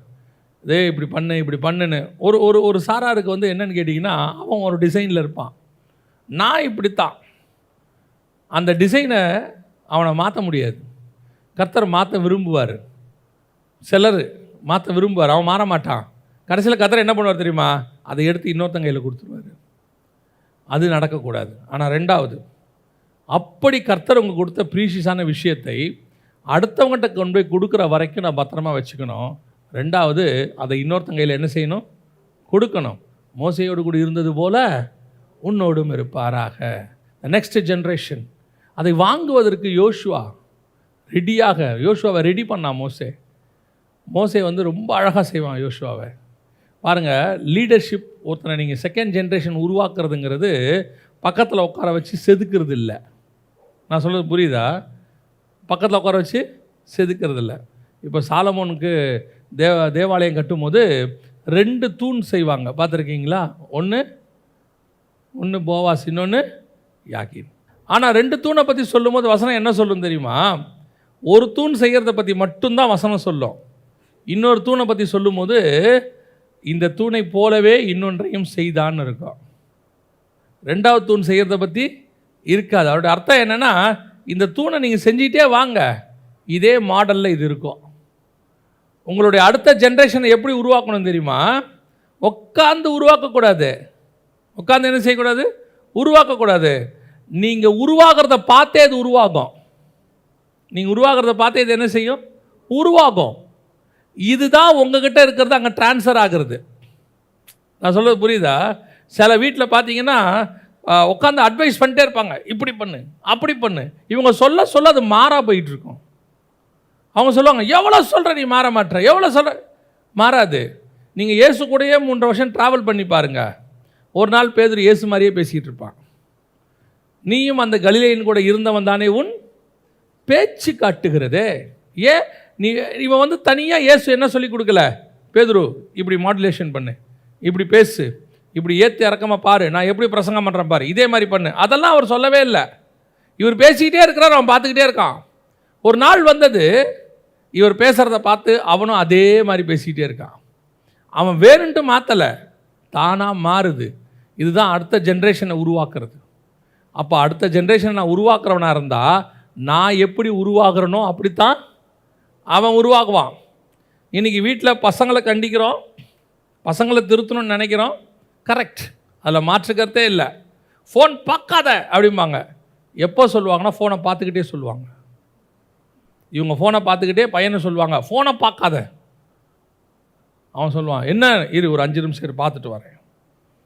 அவன் சொல்லுவான், நான் 10 நிமிஷம் இருங்க பார்த்துட்டு வரேன். ஏன் நீ பார்த்துக்கிட்டே இருந்தால் அவனும் என்ன செய்ய போகிறான்? பார்த்துட்டு தான் இருப்பான். நம்ம என்ன பண்ணுறோமோ அதை அவன் செய்ய போகிறான். நான் பார்க்க பார்க்க பார்க்க நான் என்ன பண்ணுறனோ, நான் ஸ்பிரிச்சுவலாக இருக்கிறத பார்க்க பார்க்க கூட இருக்கணும்னு என்னவா மாறுவான்? ஸ்பிரிச்சுவலாக மாறுவான். ஒரு ஊழியக்காரர் காலில் ஒரு இடத்துக்கு ஊழியத்துக்கு போனாங்க. ஒரு எல்லாம் அப்போல்லாம் வந்து ஜப வீடு மொத்தமாக படுத்திருப்பாங்க எல்லோரும் அப்படியே வரிசையாக. 5 மணி ஆச்சு. இந்த ஊழியக்காரர் காலைல 5 மணிக்கு ஜோம் பண்ணுற பழக்கம். இவர் ஏஞ்சார், ரெஃப்ரெஷ் ஆகிட்டு வந்து முழங்கால் போட்டார். போட்டு 2 கையை உயர்த்தி சோதரம் சோதரம் சோதரம் சோதரம்னாரு. பக்கத்தில் படுத்திருந்தோம் அப்படியே பார்த்தான். இப்போ இவர் பரிசுத்தவான் ஆயிடுவார், நம்ம தூங்கினா என்னவாயிரும்? பாவியை நினச்சிருவாங்கன்ட்டு அவன் கூட ஏஞ்சி சோதரம் சோதரம் சோதரம்னா ஒரு 15 நிமிஷத்தில் அத்தனை பேரும் சோதரம் சோதரம் சோதரம்னு சொல்லிகிட்டு இருக்கிறான். இவன் எல்லாம் சோத்திரம் பண்ணுறதுக்கு ஏந்திரிக்கலை, ஒருத்தன் சோத்திரம் பண்ணுறதை பார்த்து ஏந்திரிச்சவன். இதே மாதிரி டெய்லி பண்ணி பாருங்க, அதுக்கப்புறம் அவனும் ஸ்தோத்திரம் பண்ண தானாகவே ஆரம்பிச்சிருவான். உங்களை பார்க்கும்போது அவனுக்கு ஒரு இன்ஸ்பிரேஷன் வரணும், நான் இப்படி இருக்கணும், நான் இந்த மாதிரி பண்ணணும், நான் இந்த மாதிரி வரணும். அது ஸ்பிரிச்சுவலி சொல்கிறேன். ஃபிசிக்கலி இவரை மாதிரி முடி வெட்டணும், இவரை மாதிரி பேண்ட்டு போடணும், இவரை மாதிரி ஸ்டைலாக பேசணுன்னா அது உலகத்தான். நம்மளை என்ன பார்க்குறாரு, நான் மோசேயோடு இருந்தது போல் உன்னோடு கூட இருக்கணும்னா நீ மோசேயை போல் இருக்கணும். இங்கே அங்கே வரணும். மோசே அளவுக்கு உன்னால் முடியாது, மலைக்கு மேலே வர முடியல, ஆனால் மலைக்கு கீழேயாவது நில்லு, மலைக்கு கீழேயாவது வந்துரு. மோசே மலைக்கு மேலே கையை உயர்த்துவான், நீ கீழே சண்டை போடு. மோசே மலைக்கு மேலே மேகத்துக்கிட்ட வந்துடுவான், நீ அந்த மலைக்கு அடிவாரத்துக்கு வந்துரு. மோசே ஆசாரிப்பு கூடாரத்துக்கு உள்ளே வந்துடுவான், நீ ஆசாரிப்பு கூடாரம் வாசலுக்கு வந்துரு. அப்படி வந்தாலே போதும், நான் மோசையோடு கூட இருந்தது போல உன்னோடு கூட இருப்பேன். இன்னைக்கு இதை தான் கர்த்தர் நம்மகிட்ட எக்ஸ்பெக்ட் பண்ணுறார். ஒன்று நம்மகிட்ட இருக்கிறத விட்டுறோம், ரெண்டாவது நம்மகிட்ட இருக்கிறத நெக்ஸ்ட் ஜென்ரேஷன் கொடுக்க மறந்துடுறோம். இன்னைக்கு எத்தனையோ காரியங்கள் ரெண்டாவது ஜென்ரேஷன் இல்லாமல் போயிடுச்சு, எத்தனையோ பொக்கிஷங்கள் இல்லாமல் போயிடுச்சு. இன்றைக்கி வெளிப்படுத்தின விசேஷம்னு ஒன்று நமக்கு கிடச்சிருக்குதுனாலே இன்னொரு ஜென்ரேஷனுக்கிட்ட அது போய் சேர்ந்ததுனால தான் நம்மக்கிட்ட வந்துச்சு. பாலிகிராஃப் கிட்ட போகாட்ட இருந்திருந்தா, யோவானுக்கிட்ட வந்து பாலிகிராஃப் கிட்ட போகாமல் இருந்திருந்தா யோவான் நமக்கு வெளிப்படுத்தின விசேஷமே என்ன செஞ்சுருக்காது, வந்திருக்காது. அப்போ நமக்குள்ள ஒரு மைண்ட் இருந்துகிட்டே இருக்கணும். ஒரு நல்ல தாய் என்ன பண்ணுவாங்க தெரியுமா, நல்ல தாய் என்ன செய்வாங்க தெரியுமா, ஒரு 6 வயசு 7 வயசுலேருந்து பிள்ளைய என்ன செஞ்சுவாங்க, அப்படியே ரெடி பண்ணிக்கிட்டே வருவாங்க. எல்லாரும் பேர் சொல்லுவாங்க பாருங்கள், இது எங்கள் அம்மாவுடைய கைப்பக்குவம்பாங்க, இது எங்கள் அம்மாவுடைய சுபாவம்பாங்க. என்ன காரணம், அவங்க அப்படியே கூட செஞ்சுக்கிட்டே வருவாங்க, அவங்கள கூட நின்று பார்த்துக்கிட்டே இருப்போம், அப்பாவுடைய சுபாவங்களை பார்த்துக்கிட்டே இருப்போம். ஏன்டா இப்படி கோவப்பட்டு தொலைகிறவங்க அப்பா மாதிரிம்பாங்க. காரணம் என்ன, அவரை பார்த்து பார்த்து பார்த்து இவனுக்கு என்ன வந்துருச்சு, கோவம் வந்துருச்சு. அதே நேரத்தில் ஒரு சில பசங்க இருக்கிறாங்க, அப்பா குடிகாரனாக இருப்பார், இவன் குடிக்கவே மாட்டான். ஏன் தெரியுமா, இந்த அப்பாவை பார்த்து பார்த்து பார்த்து இந்த மாதிரி நான் என்ன செஞ்சிடக்கூடாது, போயிடக்கூடாதுன்னு போயிடுவான். ஆனால் கர்த்தர் நம்மகிட்ட என்ன எதிர்பார்க்குறாருன்னா, என்னை பார்க்க பார்க்க பார்க்க என்னுடைய சாயலாய் நீ மாற வேண்டும் என்று விரும்புகிறார். இந்த காரியத்தை தான் பவுல் சொல்கிறாரு, நான் உங்களுக்கு மாதிரிகளை வைத்து விட்டு போகிறேன், நான் உங்களுக்கு மாதிரியாக இருக்க விரும்புகிறேன். நெக்ஸ்ட் ஜென்ரேஷனுக்கு I want to be a model. நான் இன்றைக்கி இருக்கிற இதே நிலைமைக்கு இன்னொரு ஜென்ரேஷனை கொண்டு வரணும். அப்போ ஆண்டவர் சொல்கிறாரு, நான் மோசையோடு கூட இருந்தது போலவே உன்னோடு இருப்பேன்.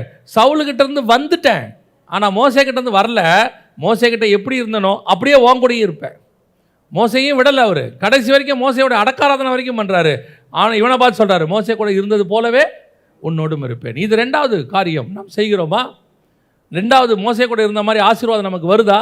நம்முடைய முன்னாடி ஜென்ரேஷனில் இருக்கிறோடைய ஆசீர்வாதம் நம்ம கையில் வருதா? நாம் அதை என்றைக்காவது எதிர்பார்க்குறோமா? எலிசா எதிர்பார்க்குறான், எலியாவுடைய ஆசீர்வாதம் எனக்கு என்ன வரணும், அப்படியே வரணும், 2 மடங்காக வரணும். இதான் விரும்பணும். ஒரு ஆளை பார்க்கும்போது இதை விட நான் நல்லா ஆண்டவர்கிட்ட வரணும், இன்னும் தேவசாயலாய் மாறணும், இன்னும் என்னுடைய பாஸ்டரை விட நான் நல்லா பிரசங்கம் பண்ணணும், அவரை விட இன்னும் நல்லா நான் தியானிக்கணும், இன்னும் வசனத்தை கற்றுக்கணும், இந்த எண்ணம் வரணும். இதான் மோசையோடு இருந்தது போல யோசுவாவோடு இருப்பேன், அதான் உன்னோடு இருப்பேன் அர்த்தம். நாம் என்ன நினச்சிக்கிறோம், மோசே கூட இருந்தது போல். நம்மால் உடனே நினைக்கிறது என்ன, அவன் பார்வோன் குமாரத்தில் அரண்மனையில் எப்படி இருந்தான் அதே மாதிரி ஆண்டவர். அவர் சொல்கிறார், அந்த 40 வருஷம் அவனை விட்டுட்டு நான் வந்துட்டேன், அவனை கூட்டிகிட்டு வந்துட்டேன். மீதியான வனாந்தரத்துக்கு வந்த பிறகு தான் நானே வந்தேன் அவன்கிட்ட. அது வரைக்கும் அங்கே பத்திரமா வச்சுருந்தேன். ஆனால் அதல்ல, நான் எப்படி அவன் கூட இருந்தேன், ஒரு சிநேகிதனை போல் அவன் கூட இருந்தேன். அதான் அழகாக வசனம் சொல்லும், முகமுகமாய் தேவனோடு பேசின மனுஷன் மோசையை போல் அதுக்கு முன்னாடியும் இல்லை அதுக்கு பின்னாடியும் இல்லை. இப்போ நம்ம என்ன வாஞ்சிக்கணும் தெரியுமா, ஆண்டவரே மோசே கூட இருந்தது போல் என்னோட இருக்கணும்னா அவன் உம்மை முகமுகமாய் தரிசித்தான், நானும் உம்மை முகமுகமாய் தரிசிக்கணும். ஸ்பிரிச்சுவலி யோசிக்கணும். மோசே கூட உடனே மோசை மாதிரி வல்லமை, உடனே மோசை மாதிரி கோலை கீழே போட்டால் பாம்பாக மாறணும், பாம்பை பிடிச்சா கோலாக மாறணும். இப்போ அதெல்லாம் வேணாம். நம்ம எந்த செங்கடலையும் பிளக்க போகிறதில்ல, எதையும் ரத்தமாக மாற்ற போகிறதில்ல. இப்போ அதெல்லாம் தேவையே இல்லை, அதெல்லாம் வேண்டாம். ஆண்டவர் அதெல்லாம் கேட்கல. ஆண்டவர் எதை கேட்குறாரு தெரியுமா, மோசே எப்படி ஸ்பிரிச்சுவலி என் கூட இருந்தான், எப்படி நடந்தான், எப்படி என் கூட பேசினான், எப்படி முகமுகமாக தரிசித்தான், அது உங்ககிட்ட வரணும். அதுதான் மோசே கூட இருந்தது போல உன்னோடு கூட இருப்பேன். கடைசியாக ஒரு காரியம் வாசிங்க, என்னாகமத்தின் புஸ்தகம் 14ஆம் அதிகாரம் 9வது வசனத்தை வாசி. கர்த்தருக்கு விரோதமாக மாத்திரம் கலகம் பண்ணாதிருங்கள். அந்த தேசத்தின் ஜனங்களுக்கு நீங்கள் பயப்பட வேண்டியதில்லை, அவர்கள் நமக்கு இரையாவார்கள். அவர்களை காத்த நிழல் அவர்களை விட்டு விலகி போயிற்று. அவர்களை காத்த நிழல் அவர்களை விட்டு விலகி போயிற்று.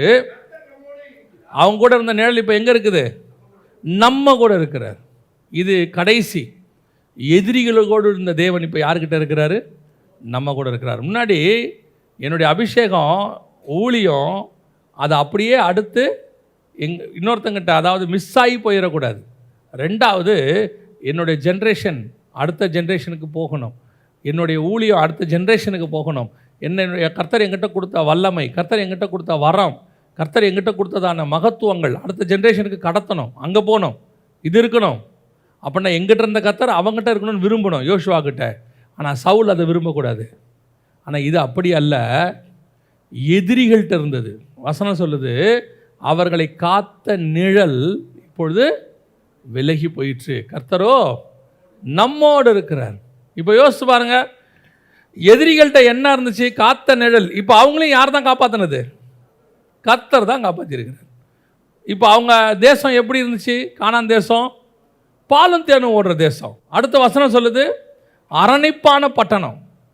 அவன் ஒரு திராட்சை கொலை தூக்கிட்டு வந்தான். எப்படி இருந்துச்சு? ஒரு கொலை எத்தனை பேர் தூக்கிட்டு வந்தான்? 2 பேர் தூக்கிட்டு வந்தான். அப்படி தானே சொல்லுது வசனம். அவர்கள் ஒரு திராட்சை கொலையை 2 தூக்கி கொண்டு வந்தார்கள். ஒரு திராட்சை கொலையை இவ்வளோ பெருசு இருக்கியா, நீ அந்த தேசத்துக்கு போனோங்கிற, அங்கே போய் எங்கத்து சாகிறதுன்னு சொல்லி அவன் கேட்குறான். ஆனால் இவ்வளத்தையும் இது வரைக்கும் யார் தான் காத்ததான்? கர்த்தர் தான் காத்து வச்சிருக்கிறார். உங்களுக்காகவும் எங்களுக்காகவும் ஆண்டவர் என்ன பண்ணுறாரு? அநேக காரியங்களை எதிரிகள் கையிலே கர்த்தர் கொடுத்து பத்திரமாய் வைத்திருக்கிறார். எல்லாமே நம்ம கைக்கு வரத்துக்கு முன்னாடி ஒரு காலத்தில் யாருக்கிட்ட தான் இருக்குது? எதிரிகள்கிட்ட. நல்லா கவனிங்க, உங்களையும் என்னையுமே ரட்சிக்கிற வரைக்கும் கர்த்தர் எதிரிகள்கிட்ட தான் கொடுத்து வச்சுருந்தார். நம்ம அங்கே தான் இருந்தோம். அங்கே இருந்து தான் கர்த்தர் நம்மளை என்ன பண்ணார்? வேறு விரித்து கொண்டாந்தார். பல நேரத்தில் ரட்சிக்கப்பட்டு வந்த உடனே நம்ம பரிசுத்தவான் ஆகிடுறோம். அப்படி தானே? ஆமாவா இல்லையா?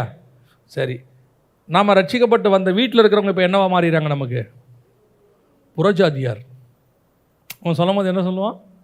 புறஜாதியார். அவர்கள் தேவனை அறியாதவர்கள், அவர்கள் பாவிகள். இவர் இவ்வளோ நேரம் எங்கே இருந்தார்? அந்த வீட்டில் தானே வளர்ந்தார், அந்த வீட்டில் தானே காப்பாற்றப்பட்டார். அந்த பாவிகள் புறஜாதியார்னு சொல்கிறவங்க தானே இவரை வளர்த்தாங்க. இத்தனை நாள் வளர்த்தாங்கன்னா கர்த்தர் அவங்கள கொடுத்தாரு, அதில் எந்த மாற்று கருத்தும் இல்லை. கர்த்தர் தானே கொடுத்தாரு. அப்போ இவ்வளோ நாள் இவங்களை பாதுகாத்தது யார்? அவங்க தான். நீங்கள் எந்த புறஜாதியார்னு சொல்கிறோமோ, எந்த பாவின்னு சொல்கிறோமோ, அவங்கக்கிட்ட தான் கர்த்தர் நம்மளை என்ன பண்ணியிருக்கிறாரு? கொடுத்து வச்சிருக்கிறாரு. நம் நிமித்தம் அவர்களை ஒரு நிழல் காப்பாற்றி கொண்டு இருந்தது. நாம தான் அந்த திராட்சை கொலை, நாம தான் அந்த பாலந்தேனும் ஓடுற தேசம். நம்மை காப்பாற்றுவதற்கு கர்த்தர் என்ன பண்ணி வச்சிருக்கிறாரு? அங்கே கொடுத்து வச்சிருக்கிறாரு. அவங்கள அப்படியே பத்திரமா வச்சிருக்கிறான். கானானியர் அழகாக வச்சிருக்கிறான், சேஃபாக வச்சிருக்கான் தேசத்தை. யோசித்து பாருங்க. இன்னைக்கு இஸ்ரவேலர்களை பற்றி நம்ம பேசுகிறோம். என்ன பேசுகிறோம்? பயங்கரமான அறிவாளிகள், அவங்க அப்படி பண்ணுறாங்க, இப்படி பண்ணுறாங்க, அயன்டோம் வச்சுருக்கிறாங்க, அவங்களுடைய டெக்னாலஜி அப்படி இருக்குது, எல்லாம் சொல்கிறோம்ல. ஆனால் இஸ்ரவேலர் போகும்போதே அவங்ககிட்ட எப்படி இருக்குது தேசம்? கானான் தேசம் எப்படி இருக்குது? செழிப்பாக இருக்குது, சூப்பராக வச்சுருக்கான். அரணிப்பான பட்டணம், பயங்கர ஸ்ட்ராங்காக சேஃபாக கட்டி வச்சுருக்கான். அப்படின்னா கானானியன் எப்படிப்பட்டவனாக இருப்பான்? ஆனால் வசனம் சொல்லுது, இவனுங்க போய் சேர்ற வரைக்கும் அவர்களை ஒரு நிழல் என்ன பண்ணியிருக்கு? காத்து கொண்டு இருந்தது. அப்போ நமக்கு கொடுப்பதுக்காக கர்த்தர் என்ன பண்ணி வச்சிருக்கிறாரு? அதை காப்பாற்றி வச்சிருக்கிறாரு. அதை காப்பாற்றி வச்சுறதுக்கு ஒரு ஆளை கர்த்தர் ஃபிக்ஸ் பண்ணி வச்சிருக்கிறாரு. இப்போ ஆண்டவர் சொல்கிறாரு, அங்கே இருந்த தேவன் இப்போ எங்கே இருக்க போகிறாரு? நம்மோடு இருக்க போகிறார். இதுதான் கடைசியாக நமக்கு வரக்கூடிய ஆசீர்வாதம். ஆண்டவர் அநேக பொக்கிஷங்களை எங்கே வச்சுருப்பார் தெரியுமா? அந்தகாரத்தில் வச்சுருப்பார். அப்படி தானே வசனம் சொல்லுது. ஏசாயா 45:2-3 என்ன சொல்லுது? நான் உனக்கு முன்னே போய் கோணலானவைகளை செவ்வையாக்குவேன். உன்னை பெயர் சொல்லி அழைக்கிற இஸ்ரவேலின் தேவனாகிய கர்த்தர் நானே என்று நீ அறியும்படிக்கு வெண்கல கதவுகளை உடைத்து இருப்பு தாழ்பால்களை முறித்து அந்தகாரத்தில் இருக்கிற பொக்கிஷங்களையும் ஒளிப்பீடத்தில் இருக்கிற புதையல்களையும் உனக்கு கொடுப்பேன். என்ன பொக்கிஷம்? அந்தகாரத்தில். அந்தகாரம்னா நம்ம எல்லாருக்கும் தெரியும், இருள். அந்தகாரங்கிறது பைபிளை பொறுத்த வரைக்கும் பாவம். ஆனால் பொக்கிஷம் எங்கே தான் இருக்குது? நீங்கள் நான் ரட்சிக்கப்படுறது வரைக்கும் எங்கே இருந்தோம்? அந்தகாரத்தில் இருந்த பொக்கிஷம். நீங்கள் நான் அந்த அந்தகாரத்தில் இருக்கிற பொக்கிஷம். ஆனால் கர்த்தர் ஒரு நாள் புறஜாதியாரை அனுப்பி நம்மை அந்த பொக்கிஷத்தை கர்த்தர் பத்திரமாய் பாதுகாத்து வச்சிருந்தார். ஒரு நாள் கர்த்தர் புறஜாதியார் காலம் வரும்பொழுது, கோரேசின் காலம் வரும்போது அந்தகாரத்தில் இருக்கிற பொக்கிஷத்தை வெளியே எடுத்தார். உங்களை என்னையும் அங்கிருந்து மீட்டு கொண்டு வந்தார். அது வரைக்கும் நம்மை ஒரு நிழல் காப்பாற்றி கொண்டிருந்தது. 8வது படிக்கும்போது நினைக்கிறேன், ஸ்கூலுக்கு போகும்போது ஒரு மாடு திடீர்னு மிரண்டு ஓடி வந்து தூக்கி அடிச்சிச்சு. அன்னைக்கும் கர்த்தர் கிருபையாய் என்னை காப்பாற்றினார். அன்னைக்கும் காப்பாற்றினார். இப்பவும் சொல்லுவேன், ஒரு நிழல் நான் அந்தகாரத்தில் இருக்கும் போதே என்னை காப்பாற்றி கொண்டு இருந்துச்சு. நான் கானானுக்குள் இருக்கும் போதே அந்த நிழல் என்னை காப்பாற்றிக்கிட்டே இருந்துச்சு. ஆண்டவருக்கு தெரியும், ஒரு நாள் இந்த பொக்கிஷம் தேவைப்படும். நீங்களும் நானும் தேவைப்படுவோம். 18 வயசில் ரட்சிக்கப்பட்டீங்க, 20 வயசில் ரட்சிக்கப்பட்டீங்க, 30 வயசில் ரட்சிக்கப்பட்டீங்க. அந்த 30 வருஷமும் அந்தகாரத்துக்குள் உங்களை காப்பாற்றினது யார்? அதான் வசனம் சொல்லுது, அவர்களை காத்த நிழல். யார்? கானானியர். அவங்ககிட்ட இருக்கிற எதையும் கற்றுக்காத. ஆண்டவர் சொல்கிறார், அவங்ககிட்ட இருக்கிற எதையும் கற்றுக்காத. யார் கானானியர்கள்? கானானியருடைய வழிபாடுகள் எல்லாம் அருவருப்பானவைகள்னு பைபிள் சொல்லுது. ஆனால் அவர்களையும் ஒரு நிழல் காப்பாற்றி கொண்டிருந்தது. அந்த அந்த கானானியர்களுக்குள்ளே தான் நீங்கள் நானும் இருந்தோம். கர்த்தர் அருவருக்கிற எத்தனையோ வழிபாடை நம்ம செஞ்சுக்கிட்டு இருந்தோம். கர்த்தர் அருவருக்கிற எத்தனையோ பாவத்தை நம்ம செஞ்சுக்கிட்டு இருந்தோம். ஆண்டவர் சொல்கிறாரு, அன்னைக்கும் உன்னைத்தான் நான் தான் என்ன செஞ்சுக்கிட்டு இருந்தேன்? காப்பாற்றிக்கிட்டு இருந்தேன். இப்போ அவர்களை காத்த நிழல், என்னைக்கு நான் இயேசுவை ஏற்றுக்கொண்டு தேவ ஜனமாக மாறிட்டேனோ இப்பொழுது அது நம்மை காப்பாற்றி கொண்டிருக்கிறது. அல்லேலூயா. இப்போ இடம் மாறிடுச்சு, தேவன் மாறவே இல்லை. இப்போவும் நம்ம நம்பணும், இன்னைக்கு காக்கிற என் தேவன் நேற்றும் என்னை காப்பாற்றினார். இன்று என்னை காப்பாற்றுகிற தேவன் நாளையும் என்னை காப்பாற்றுவார். நான் இருக்கிறது அந்தகாரமாக, நான் இருக்கிறது ஒளி இடத்துல இருக்கிறதா முக்கியம் இல்லை. என்னை ஒரு நிழல் காப்பாற்றி கொண்டே இருக்கிறது. அந்த நிழல் என்னை காப்பாற்றி கொண்டே வரும். யோசித்து பாருங்கள், கானானியர்களுக்கு ஒரு நிழல் காப்பாற்றுச்சு. இஸ்ரவேல் ஜனங்கள் வனாந்தரத்தில் வராங்க, வெயில் இல்லையா? வனாந்தரத்தில் வரும்போது பாலைவனத்தில் என்ன இருக்கும்? வெயில். இப்போ இவங்களுக்கு என்ன நிழல்? ஒரு மேகஸ்தம்பம் காப்பாற்றிட்டு இருந்துச்சு. அப்போது யோசா அந்த இடத்துல சொல்கிற வார்த்தை என்ன வார்த்தை? திருப்பி வாசிங்க அதை. கர்த்தருக்கு விரோதமாக மாத்திரம் கலகம் பண்ணாதிருங்கள். அந்த தேசத்தின் ஜனங்களுக்கு நீங்கள் பயப்பட வேண்டியதில்லை. அவர்கள் நமக்கு இரையாவார்கள். அவர்களை காத்த நிழல் அவர்களை விட்டு விலகி போயிற்று. அவர்களை காக்கின்ற நிழலா, காத்த நிழலா? காத்த நிழல். அதுவும் பாஸ்டன்ஸ். காத்த நிழல் அப்படின்னா என்ன அர்த்தம்? அது வரைக்கும் அது காப்பாற்றி இருந்துச்சு அந்த நிழல். அந்த நிழல் தான் இன்னைக்கு உங்களுக்கும் எனக்கும் மேகஸ்தம்பமாக மாறி காப்பாற்றி கொண்டு இருக்குது. அந்த நிழல் இங்கே வந்துருச்சு. இப்போ நம்மளும் அதை காப்பாற்றிட்டு வந்துக்கிட்டு இருக்குது. அவர்களை விட்டு அது விலகிருச்சு. ஒரு நாள் நாம் அங்கே இருந்தோம், அந்த நிழல் நம்மளை காப்பாற்றி கொண்டு இருந்தது. இப்போ நம்ம அங்கேருந்து இங்கே வந்துட்டோம், வனாந்தரத்துக்கு விடுதலையாக்கப்பட்டுட்டோம். இன்றைக்கி ஒரு நிழல் நம்மை காப்பாற்றி கொண்டிருக்கு. ஆனால் அன்னைக்கு இருந்த நிழல் அந்தகாரத்தின் நிழல், இன்றைக்கி இருக்கிற நிழல் மேகஸ்தம்பத்தின் நிழல், பரிசுத்தாவின் நிழல். இதுதான் ரொம்ப முக்கியம். ஒன்று மட்டும் நமக்கு தெரியணும், நான் அந்தகாரத்தில் இருக்கும் போதும் சரி காப்பாற்றி கொண்டிருந்தது கர்த்தர் தான். இப்போ நான் மாறி இங்கே வரும்போதும் சரி என்னை காப்பாற்றி கொண்டிருக்கிறது கர்த்தர் தான். அதே தான் ரட்சிக்கப்படாமல் இருக்கிறாங்க பாருங்கள், உங்கள் வீட்டார், உங்கள் நண்பர்கள், அவர்களையும் இன்றைக்கும் காப்பாற்றி கொண்டிருப்பது யார் தான்? கர்த்தர் தான் காப்பாற்றிக்கிட்டு இருக்கிறார். பல நேரங்களில் கர்த்தருடைய கரம் தான் அங்கே இருக்கு. எதுக்கு தெரியுமா? அவர்களும் அந்தகாரத்தில் இருக்கிற பொக்கிஷம். அவர்களும் அந்த நிழலிலிருந்து ஒரு நாள் எந்த நிழலுக்கு வருவாங்க தெரியுமா? இந்த மேகஸ்தம்பம் என்கிற நிழலுக்கு வருவாங்க, வெளிச்சத்தின் நிழலுக்கு வருவாங்க, ஒளியின் நிழலுக்கு வருவாங்க. அதுக்கு தான் கர்த்தர் வச்சிருக்கிறார். இந்த 3 காரியங்கள் ரொம்ப முக்கியம். ஒன்று, சவுலின் மேல் இருந்த அபிஷேகம் யார்கிட்ட போயிடக்கூடாது? தாவீதுகிட்ட போயிடக்கூடாது. அதை இழந்துடக்கூடாது. தாவீதுக்கு போகக்கூடாது அர்த்தம்னா, நான் எங்கிட்ட இருந்த அபிஷேகத்தை நான் என்ன செஞ்சிடக்கூடாது? அப்புறம் நான் எப்படி மாறிடுவேன் தெரியுமா? என்னோடு கர்த்தர் இருந்தார்னு ஆகிடும். அந்த வார்த்தை வரவே கூடாது. கர்த்தர் இருக்கிறார், என்னோடு இருப்பாராக. 2வது, மோசையோடு இருந்த தேவன் கண்டிப்பாக யாரோடு இருக்கணும்? என்னோடு கூட இருக்கணும். மோசே கூடயும் இருக்கணும், என் கூடயும் இருக்கணும். அங்கே சவுல் கூட இருக்க மாட்டார், தாவீது கூட இருப்பார். 2ல் யாராவது ஒருத்தர் தான். ஆனால் இங்கே அப்படி இல்லை. மோசே கூட இருந்தது போல் என்னோடு இருப்பார். கடைசியாக என் எதிரிகள்கிட்ட ஒரு நிழல் இருந்துச்சு. அந்த நிழல் ஏன் அங்கே காப்பாற்றுச்சுன்னா, நான் ஒரு நாள் அங்கே இருந்தேன். அதனால் இப்போ நான் வனாந்தரத்துக்கு வந்துட்டேன். இப்போ அந்த நிழல் எங்கே வந்துருச்சு? இங்கே வந்துருச்சு. ஸோ இந்த நிழல் நான் கானான் போகிற வரைக்கும் எனக்கு மேலே இருந்துக்கிட்டே இருக்கும். அல்லேலூயா.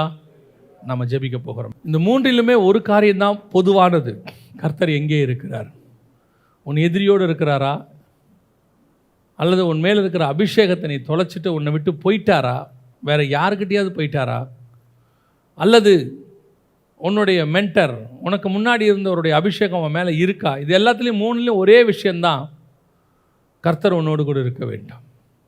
கர்த்தர் நம்ம கூட இருக்கணும். நம்ம எதிரிகிட்ட இருந்த கர்த்தர் நம்மக்கிட்ட இருக்கணும். நம்மளை விட்டு அவர் போயிடக்கூடாது. நம்முடைய மூப்பர்கள்ட்ட இருக்கிறது 2 மடங்காக நம்மக்கிட்ட இருக்கணும். எல்லாத்துலேயும் ஒன்று தான், அங்கே இருந்தது நம்ம கூட இருக்கணும். அவ்வளோதான். உங்களை ஆராய்ந்து பாருங்கள். தேவன் உங்களோடு இருக்கிறாரா அல்லது உங்களை விட்டு போயிட்டாரா? உங்கள் கூட இருக்கிற காரியங்கள்லாம் கரெக்டாக நடக்குதுங்கிறதுனால கர்த்தர் கூட இருக்கிறான்னு அர்த்தம் இல்லை. சுய பரிசோதனை பண்ணி பார்க்கணும். கூட இருந்தால் கர்த்தர் கூட இருக்கிறதுக்கு ஸ்பிரிச்சுவலி சுய பரிசோதனை பண்ணி பார்க்கணும். 2வது, ஒரு வாஞ்சை இருக்கணும். ஆண்டவரே, மோசேக்கிட்ட இருந்தது எனக்கு வரணும் ஆண்டவரே, அதே மாதிரி எனக்கும் வரணும் ஆண்டவரே, அது இருக்கணும். கடைசியாக எதிரிகள்கிட்ட இருந்த நிழல் இப்போ என் மேலே இருக்கணும் ஆண்டவரே. ஒரு நாள் நான் அங்கே இருந்தேன், அதனால் நீங்கள் பாதுகாத்தீங்க. இன்றைக்கி நான் இங்கே இருக்கிறேன், என் மேலே மேகஸ்தம்பம் இருக்கணும் ஆண்டவரே. ஒப்பு கொடுப்போமா தெய்வ சமூகத்தில்? அந்த வாஞ்சை கர்த்தரோடு இருக்கணும், கர்த்தரோட நடக்கணும், கர்த்தரோட பேசணும். அந்த வாஞ்சை தான் ரொம்ப முக்கியம். அந்த வாஞ்சை தான் ரொம்ப முக்கியம். இது எல்லாத்துலேயும் கடைசியாக ஒன்று தான், கர்த்தர் என் கூட இருக்கணும், நான் கர்த்தரோடு இருக்கணும், கர்த்தர் என்னை விட்டு விலகிடக்கூடாது, கர்த்தர் எங்கிட்ட இருக்கிறத எடுத்து யார்ட்டையும் கொடுத்துடக்கூடாது. இதுதான் நம்மளுடைய எதிர்பார்ப்பு, விருப்பம், வாஞ்சை. ஒப்பு கொடுத்து ஜெபம் பண்ணுவோமா? ஆண்டவரே, எனக்கு அப்படிப்பட்ட ஒரு ஆவிக்குரிய வாழ்க்கையை கொடுங்க. எங்கிட்ட இருக்கிறத யாருக்கிட்டையும் எடுத்து கொடுத்துடாதீங்க. எங்கிட்ட இருக்கிற நிழல் வேறு எந்த பக்கமும் போயிட வேண்டாம். எனக்கு மூப்பர்கள்ட்ட இருக்கக்கூடிய, ஊழியக்காரங்கிட்ட இருக்கக்கூடிய, உங்ககிட்ட இருக்கக்கூடியது எனக்கு அப்படியே அபிஷேகம் எனக்கும் வேணும் ஆண்டவரே. ஒப்பு கொடுத்து ஜெபம் பண்ணுவோமா? சர்வ வல்லமை உள்ள எங்கள் தகப்பனே, இந்த காலை வேளைக்காக உமக்கு நன்றி ஆண்டவரே. இந்த மாதம் முழுவதும் கிருபை, இரக்கம், தயவு நடத்த வேண்டுமே நாங்கள் செபிக்கிறோம். விசேஷமாய் ஆண்டவரே, நீர் எங்களுக்கு கொடுத்துருக்கிற அபிஷேகம், நீர் எங்களுக்கு கொடுத்துருக்கிறத ஊழியம், நீர் எங்களுக்கு கொடுத்துருக்கிறதான வாழ்வு, இதை ஒரு நாள் நாங்கள் இழந்து போய்விடாதபடிக்கு நாங்கள் எப்பொழுதும் உண்மை உள்ளவர்களாக உமக்கு முன்பாக நிற்க கர்த்தர் கிருபை தருவீராக. சவுல் இழந்தது போல நாங்கள் இழந்துடக்கூடாது ஆண்டவரே. எங்களை எத்தனையோ காரியங்களை வச்சுருக்கிறீங்க, நாங்கள் இழந்துடக்கூடாது. மேன்மைகளை கொடுத்துருக்குறீங்க, நான் இழந்துடக்கூடாது. நாங்கள் அதை மோசேக்கிட்ட இருந்து யோசுவா வாங்கின மாதிரி வாங்கணுமே ஒழிய, எங்ககிட்டேருந்து அடுத்து போன மாதிரி இன்னொரு ஜென்ரேஷனுக்கு தான் போகணுமே ஒழிய, நான் அதை இழந்து விடக்கூடாது ஆண்டவரே. அப்படி இழந்துட்டால் நாங்கள் பரிதபிக்கப்பட்டவர்களாக மாறிடுவோம்ப்பா. கிருபையுள்ள கரத்தில் எங்களை தாழ்த்துகிறோம். முடிவு பரியந்தம் ஓடி முடிக்க கிருபை பாராட்டும் எங்கள் ஆண்டவர் இயேசுவின் நாமத்தில் பிதாவே.